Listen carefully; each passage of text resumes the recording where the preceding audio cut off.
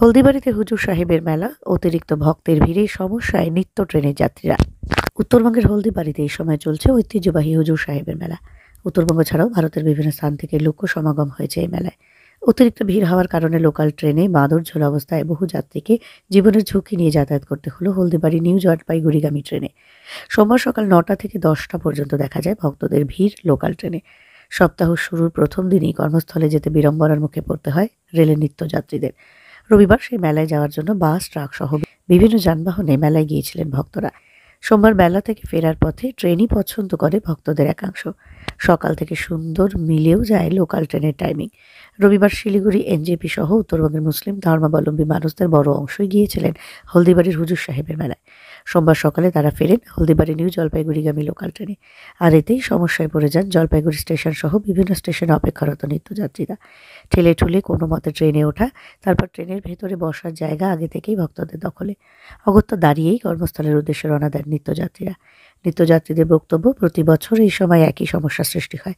তাই রেল দপ্তর যদি অতিরিক্ত কামরার ব্যবস্থা করে তবে এতে যাত্রীদের হয়রানির মধ্যে পড়তে হয় না। এই বিষয়ে শিলিগুড়ির এক যাত্রী বলেন, আমরা শিলিগুড়ি যাওয়ার কথা ছিল, সেই মতো ট্রেনের টিকিট কেটেছিলাম, কিন্তু এত ভিড়ের কারণে ট্রেনে উঠতে পারলাম না। অপরদিকে শিলিগুড়ির এক ছাত্র বলে, আমি শিলিগুড়িতে পড়াশুনো করি, আজকের ভিড়ের কারণে ট্রেন পেলাম না। বহু কম্পার্টমেন্টের দরজা বন্ধ ছিল, বারংবার চেষ্টার পরেও ট্রেনের দরজা খোলা সম্ভব হয়নি।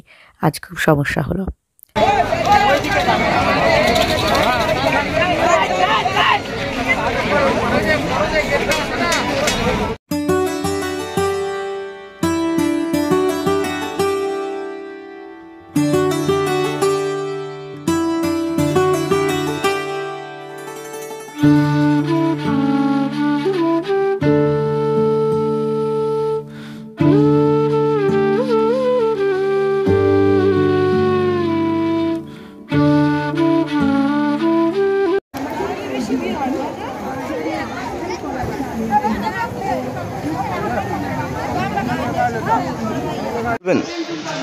কি বলবো, সামনে দাঁড়িয়ে আছে, ভিতরে যাচ্ছে না, ভিতরেতে ফাঁকাই দেখলাম।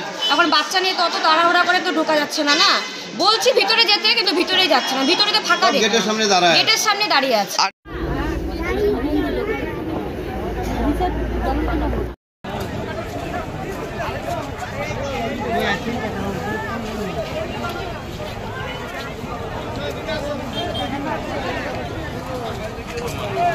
सभी अजरात से, महल्ले वालों से, माँ बहनों से, ये गुजारिश है कि मेरे